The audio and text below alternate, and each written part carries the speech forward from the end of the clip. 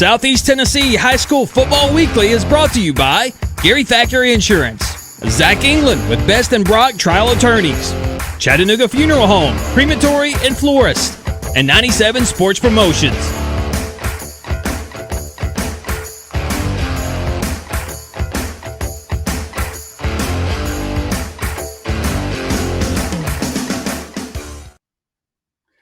Good evening, everybody, and welcome back to this week's edition of Southeast Tennessee High School Football Weekly. I am your host, Jeff Cade, and just like since week one, we're going to spend the next hour diving into some high school football discussion, what's going on the field, and gearing up as the playoff races are heating up, and got some interesting stuff to talk about in segment number 2. But in segment number 1 tonight, we're definitely pleased to be joined by Patrick McCoon. Once again, he's going to do his weekly stop in with us to look at last week's action, look ahead to this week's action. A lot of interesting games coming up, and a few region championships were decided last week. So we'll dive into that with Patrick here in just a second. But in the final segment, we'll announce our weekly 97 Sports Promotions Performance of the Week award winners. So definitely stay tuned for that in segment number 3, and see who is making the most of their time on the Friday Night Lights as the playoffs are looming here in a few weeks. There's only 2 regular season weeks left, so it is here. Just like the leaves are changing and the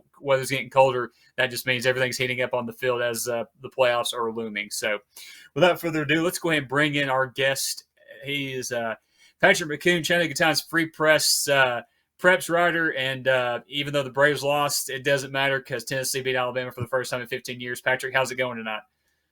It's going great. You say Tennessee, and I got this bad boy right here, a Hendon Hooker autograph. So that thing shot up in value just like his draft stock this past weekend. So that was really fun. And big week of high school football last week with the region champions being decided some places, and another one coming up this week with just that huge game over here close to my house at East Hamilton this week. That's going to be a electric atmosphere. Just feels like postseason football is right upon us now.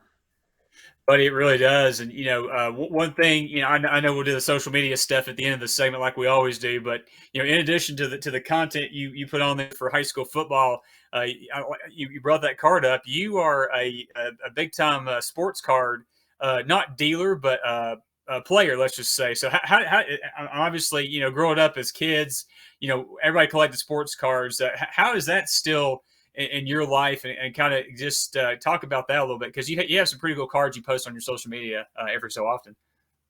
Yeah, definitely. I would say it was a thing that picked back up for me once COVID hit and we were all inside in the house, and I had a huge collection from when I was a kid that I always hung on to. I had probably close to 5,000 cards, and about 1,000 of those were either autographs, game used, just rookie cards and stuff like that. So they spiked in value at one point a couple of years ago, and I turned some of those, traded some for some of the cards I've been acquiring over the last couple of years. So it's been fun, like doing trades with people. You can find people that are into the hobby on social media, and then also at some local card shows around town. I think there's been 3 or 4 local card shows here in Chattanooga the last year. And so it's just fun. It keeps me engaged. I've always been a stats guy, so that's why I like sports cards to begin with, was studying the stats and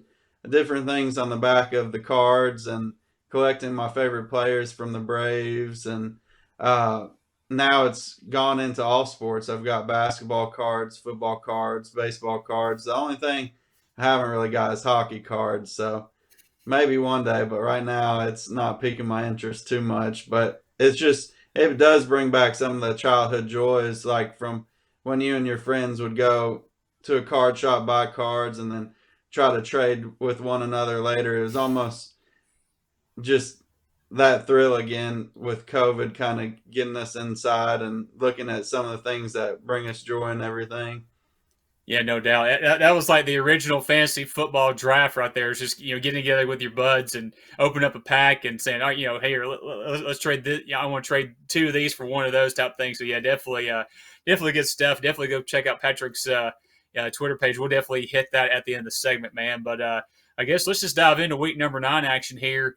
You can see, a few of the matchups here. To me, highlighted by that McMinn County Walker Valley game. It wasn't. I mean, it was a competitive game for the most part, but McMinn County pulled away in the end and wrapped up the region championship there with the win over Walker Valley, 24-7. Anything off this first slide here kind of jumped out at you, or was the McMinn County Walker Valley matchup the one that stood out, but just based on it involved region and playoff implications? Yeah, I think that McMinn County game definitely jumps out. I think McMinn showed why they're a top 8 or so team in 5A, and just a team that could go on a pretty good postseason run coming up, because Walker Valley did have some good things going for them, and McMinn kind of shut the door on them that night at their home stadium, and that's just a huge win for Bo Kegel's bunch. That's a group that's uh, playing fast and physical, and that's what he wants every week, is just for them to hit you hard, and that's what they did the other night, and that's a lot of momentum that they're building up there right now, and just they all kind of jumped off to me once they beat Sweetwater even the week before by such a lopsided score, because Sweetwater is a good program McMinn County handled, and so they're really rolling right now, and it's a team I'd really like to see kind of down the stretch. I saw them against Bradley Central earlier in the year, and they looked a little bit off. They were trying to find something new at quarterback, and that kid has actually done a good job at quarterback adjusting. He's had some good games rushing and also throwing now, so they've found a little bit of their identity, and their defense has really taken the biggest turn out of everything. So that's a good defense can take you really far, and that's kind of what we're seeing from them right now. So that definitely stood out. And no, go ahead, Patrick. Go ahead. I'm sorry. Oh yeah, so I think the other thing too was Cleveland was in that game with Bearden for a while. At halftime, it was just a 3-point game, and Cleveland's found some things I didn't know that they would actually find this year. So they've actually had a much stronger season than I thought it would be at one point. They've got some guys that are really stepping up: Rodney Broadnax, DJ Adams, and their quarterback too. That was a game they could have won. Just a couple things didn't go their way the second half, and of course you see Boyd Buchanan and CCS. They're really good football programs too right now, putting up a lot of points. Yeah, no doubt. Let's go and go to the second week number 9 slide there, Ryan. Thank you very much, brother. Interesting games right here. I guess you had more of the not close, some of the close games, but yes, ones that definitely stood out. Fayetteville getting the 38-2 win over Red Bank. I know Red Bank gave them their only loss last year, so they definitely remembered that, and held Red Bank to a 2-out double there to get the 2 points there for Red Bank. So, and really, I guess the craziest game of the weekend right here is that middle one right there, Saudi Daisy with the 35-28 win over Ooltewah. Ooltewah had a 21-0 halftime lead, and based on a few people I talked to, it was, the dominant colors obviously were the blue and gold for Saudi, the red and gray for Ooltewah, but also the color yellow based on the amount of flags. I know Ooltewah had like over 250 yards in penalties alone, on Friday night, and I think it was like over 20 between both teams in the second half. So definitely did not get a lot of flow going, but I know that's a tough loss for Coach Manning and the Owls. But that should be some good motivation there, knowing they can have a lead and they just found a way to hang on to it in the second half. But the other two games right here that kind of stood out to me, Patrick, the two that decided region championships there, South Pitt defeating Sale Creek, and then Tyner getting another shutout this year. I think it's the 5th out of 8 games, defeating Meigs County 26-zip. Yeah, that Tyner, they really just have been lights out on defense all year. And these guys, even before the season, they were saying, we think that we're the best team in this region, even though coming in preseason, I think some people still thought Meigs County could take control of that region. People I don't think Tyner was really even in the top 10 rankings to start the season. So they've just kind of taken it by storm, and they have a senior class of, I think, over 20 kids that's just really motivated, have gotten a lot better football skill wise, even from last year. And a good example is, I think last year they got drubbed really hard by Alcoa last year. I think this week Tyner actually goes up there and makes that a competitive ball game, and I'll actually be at that game this week, so I'll be excited to see how Tyner goes up against Alcoa and competes with them. Uh, that defense is just not giving up more than 7 points all season in a game, so that's a really nice test for them. And like you said, Saudi Daisy, their quarterback was outstanding in that comeback win, and so that was, like you said, that's Saudi got some momentum off that, because now if they win their last two games against Hickson and East Ridge, they'll make the playoffs, and that's the type of game that could give them that confidence that, hey, we can move the ball and score points and win those games. And Wright County, they have a new quarterback for them too, so he's been putting up pretty good numbers the last 2 weeks. They've moved Caleb Martin to more of a receiver / running back, so that's a new look that could give Bradley Central some fits coming up too. Yeah, no doubt, brother, no doubt. Let's go and look at the week number 10 schedule here. Not as many region matchups this week, but the ones that are definitely have some really important matchups here. Baylor and NBA, you talk about one of the better games, not just for our local teams, but I'd say across the state as well. NBA is undefeated going into this game. Baylor having their first loss to that Prince Academy out of Georgia, so I know they bounced back last week, getting a win at Hendersonville, but they're going back to Middle Tennessee and defeating a team, or taking on a team that did give McCallie one of their 2 losses this year. It was a close game when they played over here at Spears Stadium, but I think that game's going to be interesting to watch. And then another one here, Boyd Buchanan, Knox Webb. That one I think is going to be closer than people think, because Silverdale gave Knox Webb all kinds of fits, and everybody knows the story about that. We talked about it. Silverdale scored at the end of that game to look like they win it, but get dropped off the board by a penalty, and Webb stays undefeated, which they still are right now. So a lot of interesting games there. And of course, I guess the biggest game involved in our area as far as location has got to be that Red Bank East Hamilton game. The winner of that game will wrap up the region championship, because both teams are coming in undefeated in region play. So talk about a few of those games, or which one you're looking forward to the most. Yeah, I think, like you said, the East Hamilton, the monkey on their back the past couple of years has been Red Bank winning that game, and it's been by very close outcomes. I think it's been by about points decided the winner each of the last 3 years or so, and that's something that just sits on a program. East Hamilton's looking to try to take that next step. That's a really successful school as far in just what they're doing athletically. So their football program, if they can take that next step and win that region championship, that would be a huge win for Grant Reynolds and just the direction of that program. So there's a lot of stuff on the line there. Red Bank's going to bring their highly vaunted defense on the road there and try to contain Bullard, and I think it's going to be a lower scoring game than a lot of people might think. I think this game could be like a 17-14 or 10-7 type win, just because I think Red Bank's not really at their best offensively right now, but that defense can hold people down too. So it'll be interesting to see if Juan Bullard can find ways with David Cole and some of the other playmakers around them to try to get past a really tough defense. And that's going to have my eyes locked in on that game. We're going to have somebody covering that game Friday night for sure, and it's our game of the week. So, but like you said, Baylor at NBA, Whit Muschamp, and he's got to play almost flawless at quarterback, I think, to win that game, because I think NBA is going to score their points.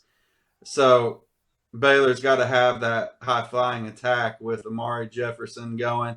He's a guy that can go off for 150 yards receiving in one game. So I think if he has a big night, they really have a chance to win a high-scoring game with NBA, because I don't see them kind of limiting them offensively. So that's going to be a big game to watch too. And the Bradley Central Ray could be interesting as well. And last year, Wright County had a really big win against Bradley on the road. So they kind of feel those things, or I guess it's in their mind from last season. They want to win that game at home now. So that's a lot of motivation. And Boyd Buchanan, like you said, I think they could win that game, just like I thought Silverdale could beat Knox Webb the other week. I think we have some really talented football programs in that classification over here with Silverdale, Boyd, and CCS. Those teams are playing some really good football this year, and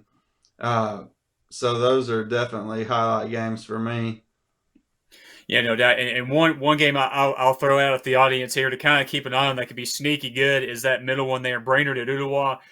These two Mm-hmm. teams met last year, and we couldn't get a score on the red zone. I'll never forget it. It's because hardly anybody was there, but this game went to like 3 or 4 overtimes with Ottawa finally getting the win. So could you see a repeat performance of that between these two? I think you definitely could for sure. And Mm-hmm. I think we talked about that Saudi Ottawa game was going to be kind of crazy last week, and it wound up being that way in the second half. So, but yeah, as far as your Red Bank and East Hamilton, what you're talking about, how close it's been, I just looked it up when you were talking.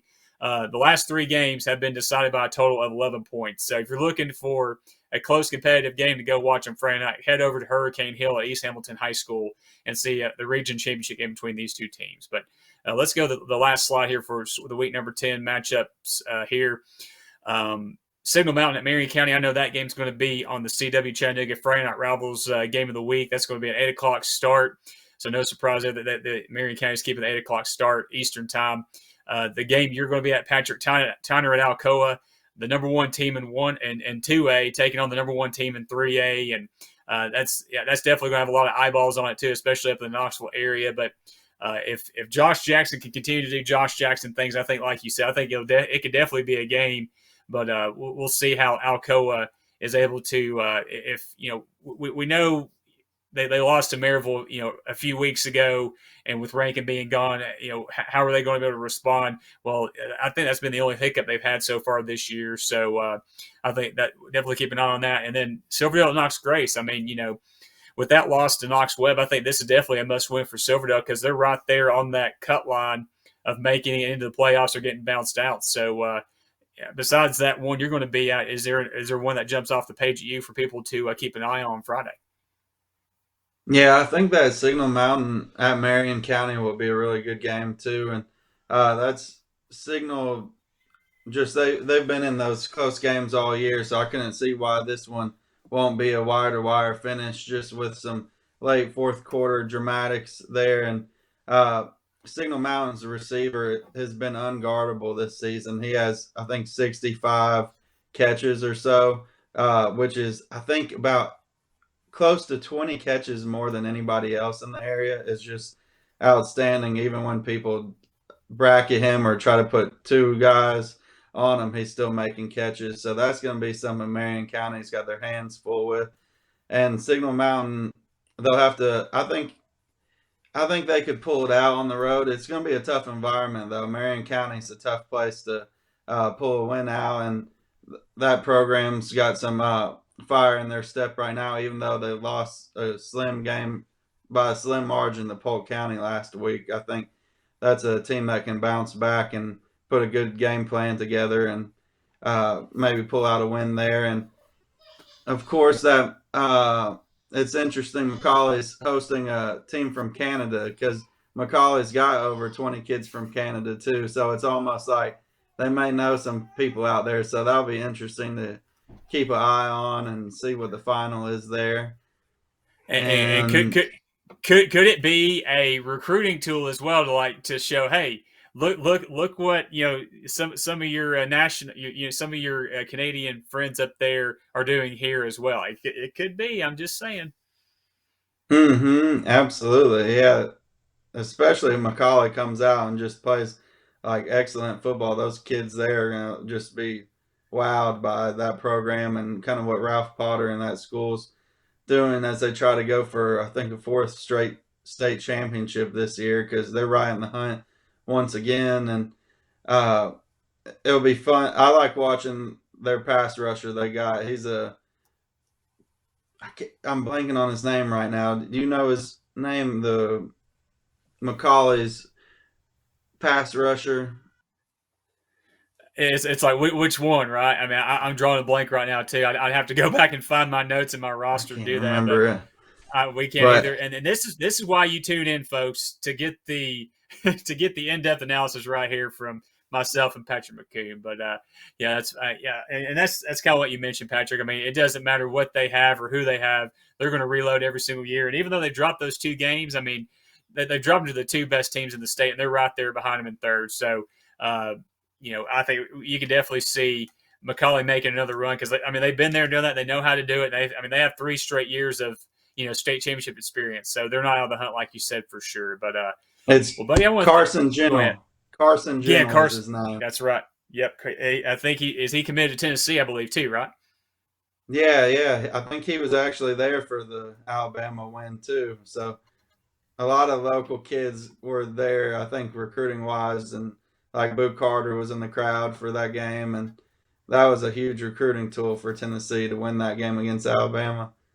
Yeah, no doubt. Well, before we let you go, let's go ahead and look at the this week's teams in the rankings in the Tennessee AP Prep Poll. Like you mentioned, McMinn County joined the 5A party at number 10 after Red Bank's loss to Fayetteville. I mean, that's not a huge loss. I know classification wise it is, but Fayetteville's one of the best teams in the state, and they're number 1 in 1A. Red Bank back to number 9 in 4A.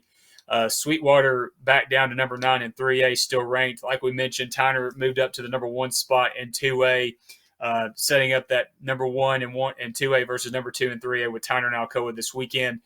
South Pitt hanging in at number 5 in 1A, and then in Division II AA, you have CCS number 4, and then like I just mentioned in Division II AAA, Baylor 2 and McCallie 3 with NBA.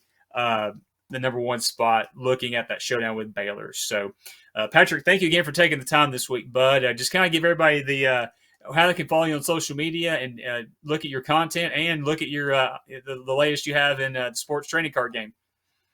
Yeah, absolutely. I'm on Twitter at P McCoon, and I'll be tweeting from Tyner at Alcoa this week, and I'll try to give some stats on Saturday too. I did it last year, and I need to start picking it back up, kind of giving some of the kids shout outs for big performances from Friday night. So find stuff on Friday Night Football and the following day for more content on I'll have stories on the timesfreepress.com as well, and we're getting close to playoffs and just big games coming up, so we'll have a lot of awesome coverage to check out there. Yeah, we may have to have you on for the full hour coming up for that first week of the postseason, because there's going to be a lot to talk about probably in the next couple of weeks with regions being decided. And yeah, there's going to be just.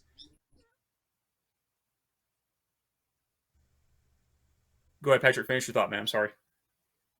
Oh no, sorry, my computer froze. I thought you had stopped for a second. That's my fault. No, it's no worries, man. But yeah, it's gonna be fun, man. You know, these last 2 weeks of the regular season are some of my favorites because you're gonna see some of the best football we'll see all season. So we're looking forward to that. I'll be at East Hamilton at Red Bank this week for the Coca-Cola Red Zone. So looking forward to being at Hurricane Hill. We'll have a lot of, and like I mentioned, that's gonna be a really close competitive game. Like I just mentioned, 11 points margin of victory in the last 3 years combined in this series right here. So looking forward to that. And looking forward to seeing what's going to go on Tyner and Alcoa, man. We'll definitely be following along. And thanks again for taking the time this week, my man. Thank you, guys. I appreciate everything. Patrick McCoon, Chattanooga Times Free Press, joining us for his weekly segment, looking at last week and looking ahead to this week. So, like I mentioned, be sure and follow him on social media. He'll be at that huge showdown here this week as Tyner takes on Alcoa up there in the Knoxville area. So, just remember, in segment number 3 here tonight, we'll be announcing this week's the Week 9 winner of the 97 Sports Promotions Performance of the Week. We're going to take a quick commercial break. On the flip side, we're going to dive into some off-the-field numbers that involve high school football on the field. So you're tuned into Southeast Tennessee High School Football Weekly, presented by Team FYN Sports. We'll be right back. 97 Sports Promotions specializes in custom football mini helmets for any occasion. From gifts, player awards, banquet decor, and more, 97 Sports Promotions has you covered. And coaches, if you're looking for premium full-size decals for your game day helmets, the team at 97 Sports Promotions can do that too. Visit 97sportspromotions.com or call 865-318-1242. 97 Sports Promotions, proud sponsor of the Southeast Tennessee High School Football Weekly Performance of the Week.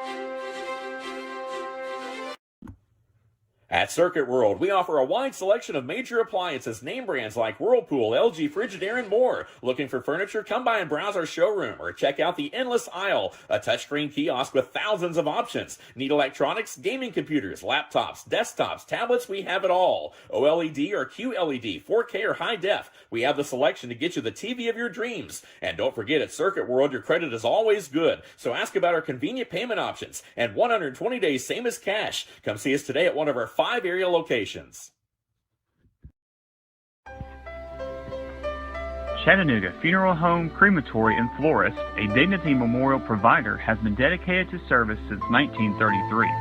With 4 funeral home locations, including East Chapel in East Ridge, North Chapel in Hickson, Valley View Chapel in Ottawa, and East Brainerd Chapel in East Brainerd, along with 2 cemeteries at Hamilton Memorial Gardens on Highway 153 in Hickson and Chattanooga Memorial Park in Red Bank. Call 423-698-2541 or visit their website at ChattanoogaFuneralHome.com.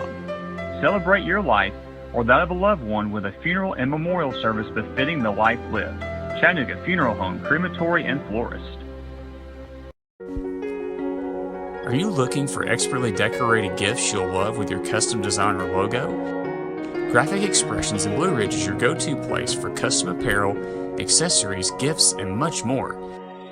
Graphic Expressions is located at 3640 East 1st Street in Blue Ridge, or give them a call at 706-946-4605. Graphic Expressions, unrivaled customer service, pure brand awesomeness. In 1981, Reed Nicholson began selling tires out of an old barn in Mineral Bluff. Little did he know that he had just laid the groundwork for the most trusted names in automotive services in the Blue Ridge area. In 1997, Nicholson Tire Center became what it is today, holding the same values of faith, family, and great customer service. 2 locations to serve you, and the Blue Ridge location is currently expanding to offer fast service and the largest U-Haul provider in Georgia. Nicholson Tire Center, Blue Ridge, and Mineral Bluff. Gary Thacker Insurance is a family-owned and locally operated insurance agency that has been proudly serving North Georgia and the Chattanooga area for 25 years. If you're looking for an agency that is family-oriented, lives and works in your community, and is focused on making insurance less complicated, give my friend Jeremy Thacker and the team at Gary Thacker Insurance a call at 706-866-8283 or visit them on the web at GaryThackerInsurance.com. Gary Thacker Insurance, protecting what's important.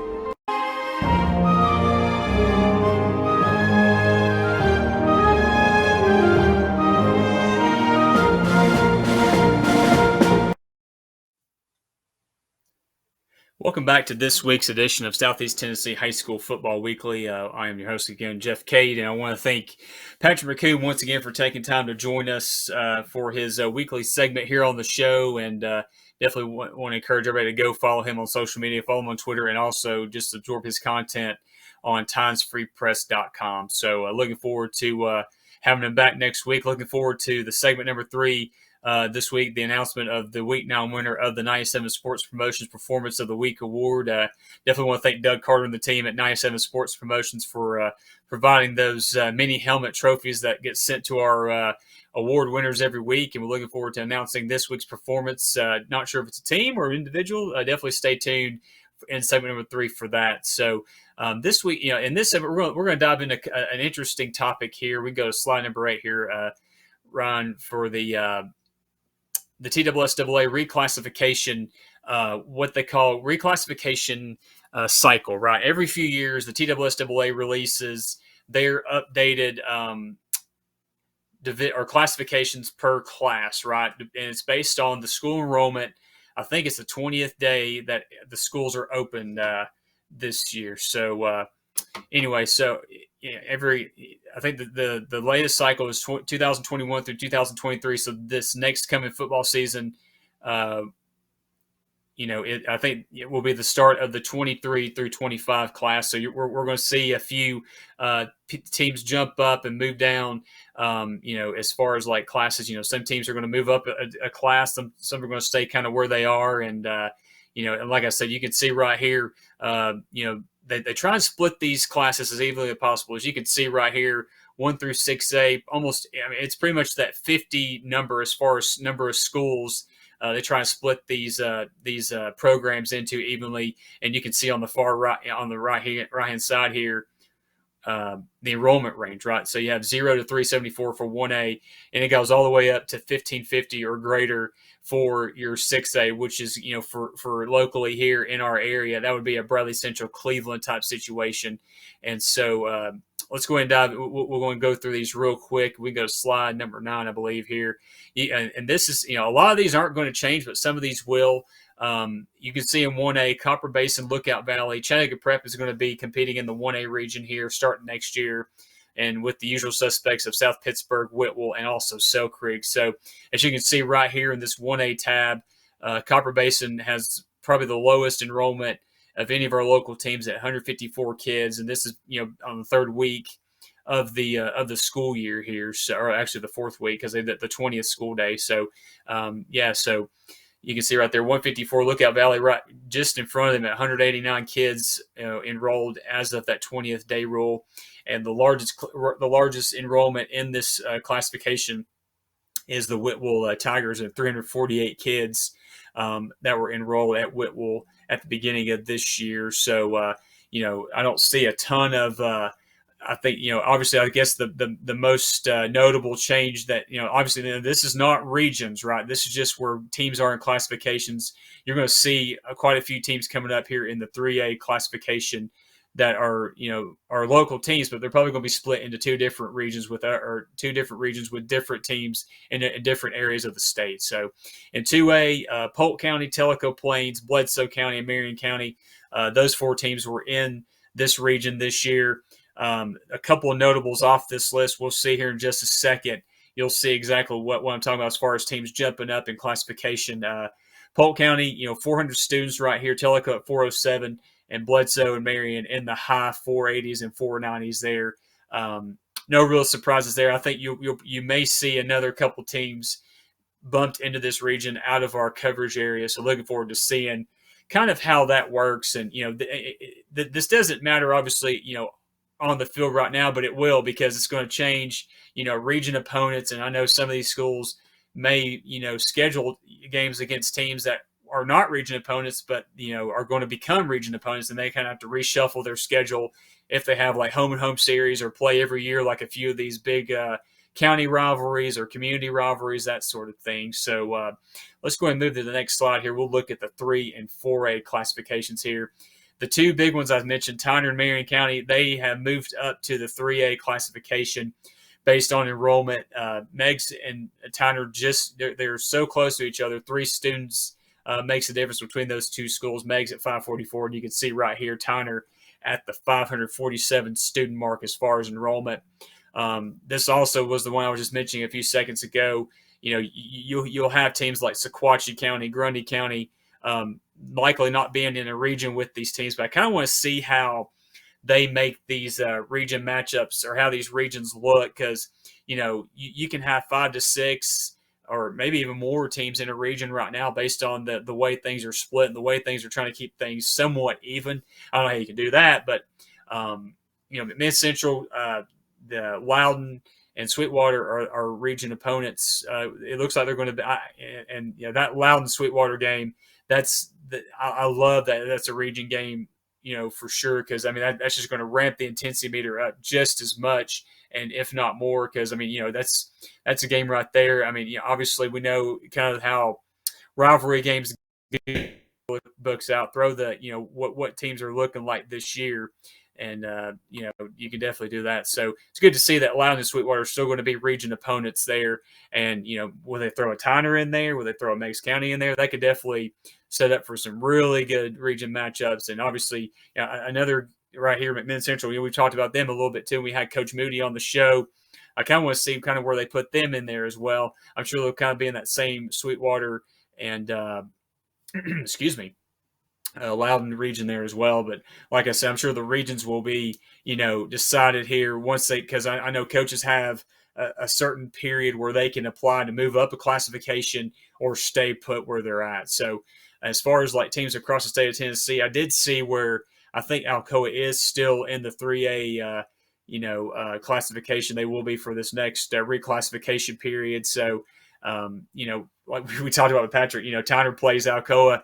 This will, Friday night will be a preview of a potential playoff matchup here in the next few years with Tyner and Alcoa now being in the 3A region. So, but like I said, all this is speculative. This is just all numbers that got released by the TSSAA on the 18th. So, like I said, coaches have a certain period, whether they want to stay where they're at or even, look at jumping, up a classification. Like, if Tyner would be interested in moving up to 4A, I don't think they would definitely want to do that because you can see the difference between a Tyner and Signal Mountain right there. So I think a lot of teams are going to stay where they're put. I know that, a lot of coaches get upset by some of this stuff, but hey, I mean, like I said, that just sets up some really good matchups down the road that we can look forward to as schedule nerds like myself. I know some of you guys are feeling that same way as well. So 4A, you can see right here, based on the numbers, Signal Mountain, Red Bank, Hickson, East Ridge, and Saudi Daisy will be 4A opponents.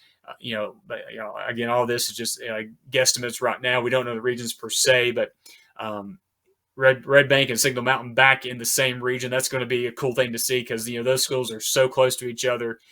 Signal Mountain, when they opened, that kind of elevated them and kind of took kids away from Red Bank. And Red Bank has finally clawed their way back up with Coach Brown and now Coach Gatewood continuing the excellence of the tradition of excellence there off of Morrison Springs Road. So it's going to be good to see those two teams back in the same region. And Hickson, I know that's a big traditional rivalry there with Red Bank and Hickson. I know a lot of fans are still going to be pumped to see that game still being on the schedule and meaning something right there for region play. And East Ridge and Saudi Daisy, Saudi Daisy, we talked about them going up and defeating Ottawa. They've I think, with Coach Cardwell, they're definitely keeping things rolling. And I don't know if this will be this 5-team classification. I could see them adding maybe 1 or 2 teams from, other, not too far from us, but out of our coverage area. But, the 4-5A region, in our area has 5 teams. So I could see this one being the same situation here and, having, the 4 teams making the playoffs. That, if you win one region game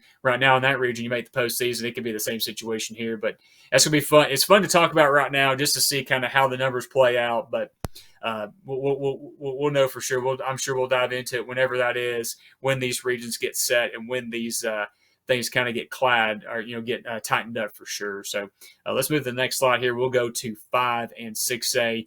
Just real quick on the 6A side, like I mentioned, Bradley Central and Cleveland kind of stay the same. They're still going to be in that 6A region with Maryville and Farragut and teams like that. Now, obviously, Cleveland, we know they ended Maryville's streak, but that's just a tough brand of football right there. So I think those two are kind of on the lower half of as far as enrollment goes for those 6A schools. So, but that's we'll definitely keep an eye on that for sure. But the 5A was another classification here that's going to see some change there. East Hamilton has they had a really strong enrollment period this past year and actually moved ahead of Ottawa. So Ottawa is going to be the lowest as far as enrollment numbers in the 5A classification. I can see this right here. These set of teams being a region by themselves with nobody else coming in or moving out. So obviously Ottawa, East Hamilton, McMinn County, Walker Valley, Howard, and Wright County have the 5A classification as far as the enrollment goes. I know that Howard area down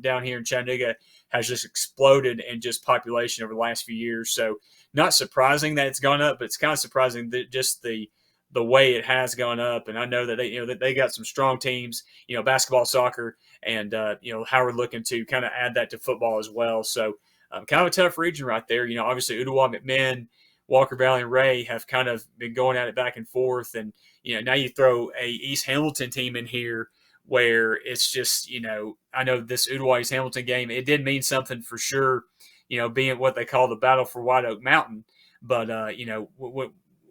throwing in the region, implications back when they were, region opponents back in the early part of the 2010 decade. And those were some really good physical football games when Coach Gatewood was at East Hamilton and, just trading, blow by blow. That's, several great, talents across the field on both of those teams, including Trey Herndon, who is now with I think the Jacksonville Jaguars still in the National Football League. So I expect this region just to get more and more intense. Obviously, with Wright County running the wing tee, a very tough offense to stop when they have the horses, and Walker Valley's high-powered offense as well. When they're firing all cylinders, you're going to see some offense, but you're going to see a lot of defense in this region too. So definitely something to look ahead, and looking forward to seeing. Like I said, when these regions do kind of get solidified on paper, we can actually see kind of these region matchups. But based on the numbers right here and the teams in our local area, I would expect this 5A re-enrollment or the reclassification right here to stay as is. The only difference is, like I mentioned, East Hamilton coming in to make the 6th team, and for the teams in this region now, you only have to win one game to make the playoffs. Now you got to win at least 2, and that's going to be a tough order because Coach Grant Reynolds has definitely got things rolling there at East Hamilton. I know they dropped that game last week to Friendship Christian, but they've competed for that region championship in 4A the last several years against Red Bank, and I know they're going to bring that same intensity and that same tradition of competing for region championships to the 5A level because they've done that before. So looking forward to seeing that. And let's just go ahead and go to the next slide here. We don't have any Division II single A teams. Grace was the only one that would have been on here, but they are still going and competing in that 8-man football league that they have excelled at. So definitely no surprises there. No movement here for our Division II AA and our Division II AAA schools here. Boyd Buchanan, Notre Dame, Silverdale, and CCS.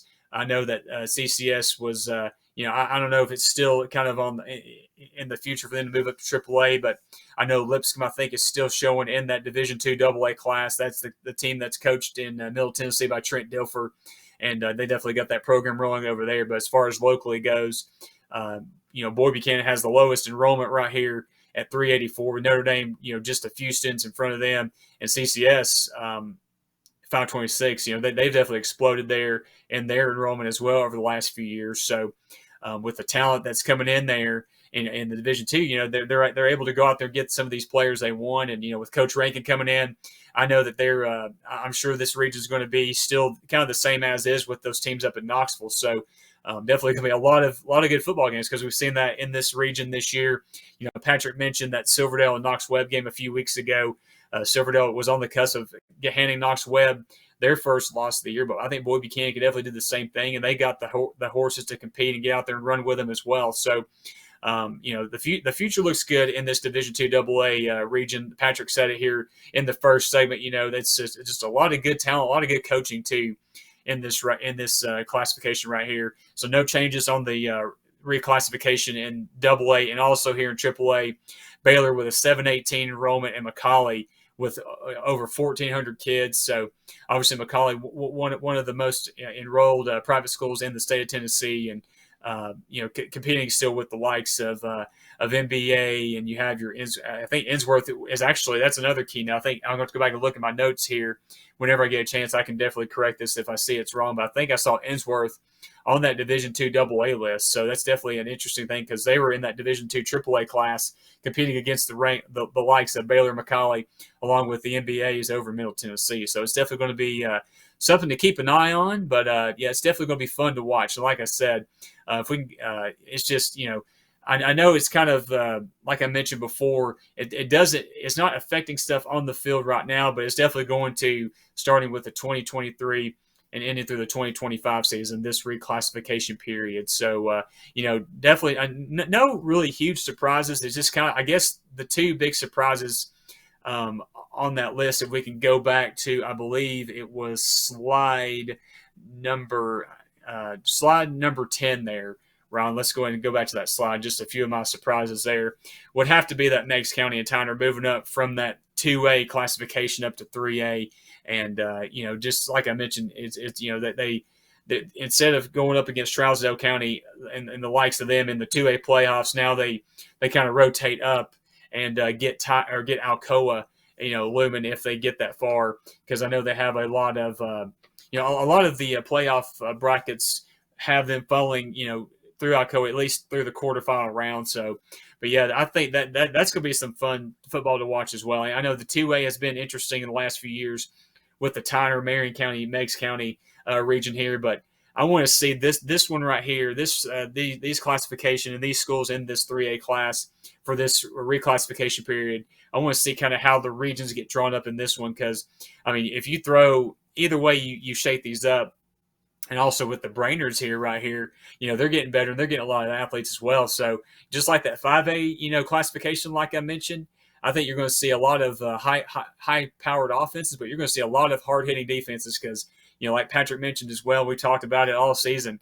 The Tyner Ram defense is one of the stingiest in our area, and based on what Coach Chandler has brought since he's been the coach at Tyner, I would expect that to continue, especially because they're going to have to pack their defense in this region because, like I mentioned, a lot of good teams in the 3A region, the Knoxville area, highlighted by probably the most tradition-rich power outside of Maryland, and that is Alcoa. So anyway, that is the 2023 through 2025 football school reclassification numbers. And, like I mentioned, if you just stay tuned to our at SCTN Weekly Twitter page, whenever we see the regions get, drawn up, or if there's any, movements, whether schools want to move up a classification, they can't move down, but they can move up. We'll definitely put that out there. And whenever we get more concrete information. So it's just something fun to look at and something fun to break up. And, looking forward to seeing how these turn out. So anyway, we're going to take our last commercial break of this show right here. And on the flip side, segment number 3, the Week 9 winner of our 97 Sports Promotions Performance of the Week Award will be announced. You're tuned in to Southeast Tennessee High School Football Weekly, presented by Team FYN Sports. 97 Sports Promotions specializes in custom football mini helmets for any occasion. From gifts, player awards, banquet decor, and more, 97 Sports Promotions has you covered. And coaches, if you're looking for premium full-size decals for your game day helmets, the team at 97 Sports Promotions can do that too. Visit 97sportspromotions.com or call 865-318-1242. 97 Sports Promotions, proud sponsor of the Southeast Tennessee High School Football Weekly Performance of the Week.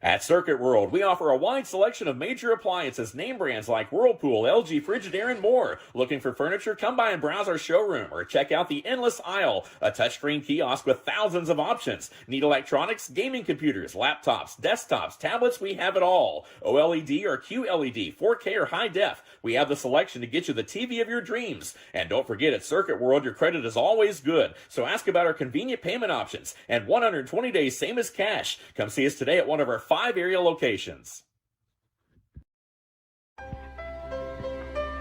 Chattanooga Funeral Home, Crematory, and Florist, a dignity memorial provider, has been dedicated to service since 1933.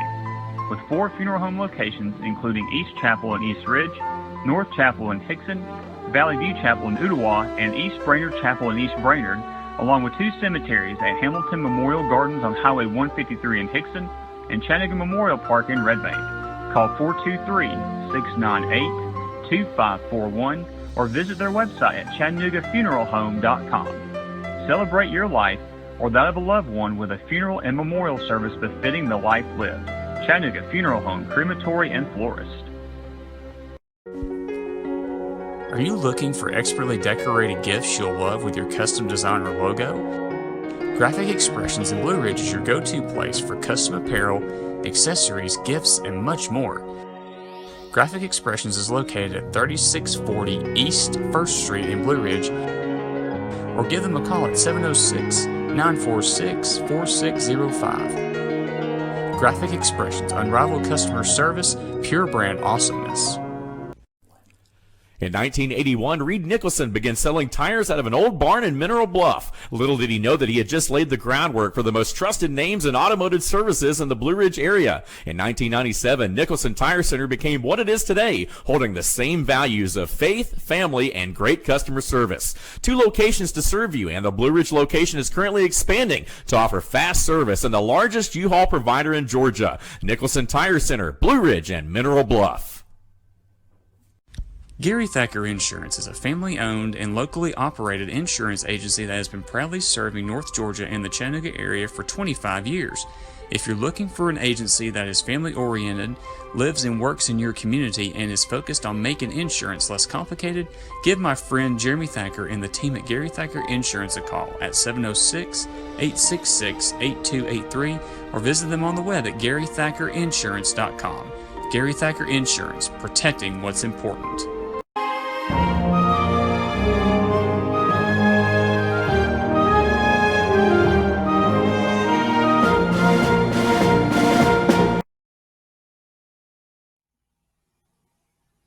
Welcome back to Southeast Tennessee High School Football Weekly. Want to thank you all for tuning in this week and joining us for this edition of the show. And I want to thank Patrick McCoon from the Chattanooga Times Free Press once again for taking the time to join us here in segment number 1. And looking forward to having him on for the rest of the season and as we go through the playoffs and ending right here in Chattanooga for the Blue Cross Bowl weekend. So looking forward to kind of seeing how like we talked about in the first segment there, how these region races are going to wind up and kind of see who's in and who's out. So we'll have a lot to talk about here in the next 2 weeks. But let's go back to last week, right? Let's go ahead and announce our 97 Sports Promotions Performance of the Week award winner.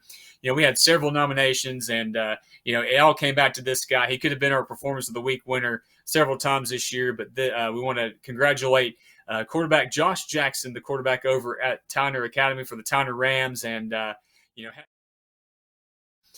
this past Friday night, one of our area's most prolific passers, 19 of 25, 241 yards and 4 touchdowns in the Rams' 26-0 victory over Meigs County, which wrapped up the region championship there for the Ram Train. So definitely congratulations, Josh, for being this week's 97 Sports Promotions Performance of the Week winner. You can see some of his highlights here, courtesy of his huddle from this past game on Friday night at Bob Evans Stadium over there on the campus of Tyner Academy. So a custom 97 Sports Promotions Southeast Tennessee High School Football Weekly mini helmet is going to be headed toward you kind of as a little mini helmet trophy and kind of remembering your effort there this past Friday night against Meigs County. So, Josh, congratulations once again. Speaking of Josh, going into this game, he didn't have the most yards, in our area. He was just over 1,600 yards. He was 90 of 128, 1,641 yards, 20 touchdowns, and only 3 interceptions going into that game against Meigs County. I don't know how the other two North Georgia quarterbacks, Seth Griffin at North Murray and Owen Brooker at Northwest Whitfield, both had more passing yards. Brooker had 20 touchdown passes like Jackson had. So Jackson has 24 touchdown passes for the season and nearing that 2,000-yard passing mark. So I think he'll definitely eclipse that here in the next 2 weeks. So I definitely want to congratulate you, Josh, once again. And, for anybody out there, if you have a performance of the week at your school or somebody that you see that you think needs to be recognized, and be sure to nominate that team or that player who had the best game every Friday night on Twitter at SETN Weekly, or you can use the hashtag 97POTW, or you can just send a direct message to at SETN Weekly, and we'll definitely put that nomination into the hat and definitely get in the running for the 97 Sports Promotions Performance of the Week award. Like I mentioned, you can definitely go there. You can also go to SETN Weekly on Twitter and just give us a follow, and you'll see some high school football content. And just if you have any highlights out there, coaches, players, if tag us, we'll definitely retweet and like your stuff when you get offers. I love, and I know a lot of our guys too, love seeing these young student athletes, these young men getting offers at the next level to continue their academic and football careers. So definitely be sure to give the show account a follow, and also give me a follow if you want to as well at the Jeff Kate. You'll see some high school football content during the week, especially on Friday nights for the Coca-Cola Red Zone on Talk Radio 102.3. I'll be back on the sidelines this week. Like I mentioned, Red Bank at East Hamilton. That's going to be a great game there in 4A for that region championship. And so looking forward to being there, seeing Coach Gatewood and Coach Reynolds squads going at it, and hopefully adding another chapter to a string of close games in the last several years, looking to make it 4 straight games that have been decided by a touchdown or less. So looking forward to that. And just kind of seeing how that game plays out. But you'll see some other content on there, especially me being a Tennessee fan and UTC supporter and a Chattanooga Mocs fan as well. Definitely, I say this all the time, and I definitely want to bring it up before we get out of here tonight. Definitely go out and support a program this week. At the high school level. And if you're in town, and go support the Chattanooga Mocs as well, right? They got a big top 10 showdown coming up this week. They're hosting Mercer. And that's a big Southern Conference game. Could be one that could help decide the Southern Conference championship and playoff spots and positioning in that game as well. So definitely get down to Finley Stadium. It's the site of our TSSAA Blue Cross Bowl State Championship weekend. It's the host of Chattanooga Mocs as well. So definitely get out, support it. It's going to be a white out. And so wear your white and cheer for the blue and gold and white at Finley Stadium this coming Saturday as they take on the Mercer Bears. So go Mocs, rep the C, no doubt about that. Good luck to Coach Wright and his football team there for the Chattanooga Mocs. So I want to thank you all once again for taking the time to join us this week. I want to thank our producer Ryan back at Master Control for doing what he does, getting this all set up, make sure all of our guests can hear and get all the graphics lined up pretty good. So I just definitely want to thank him for his efforts, and looking forward to doing it again next week. Just be sure and stay tuned. We got some more great content, some more great programming coming up with Inside the Smoky Mountain Conference with Jake West and the North Georgia High School Kickoff Show with Tim Tao. That's coming up next here from Team FYN Sports. Have a great night and a great weekend.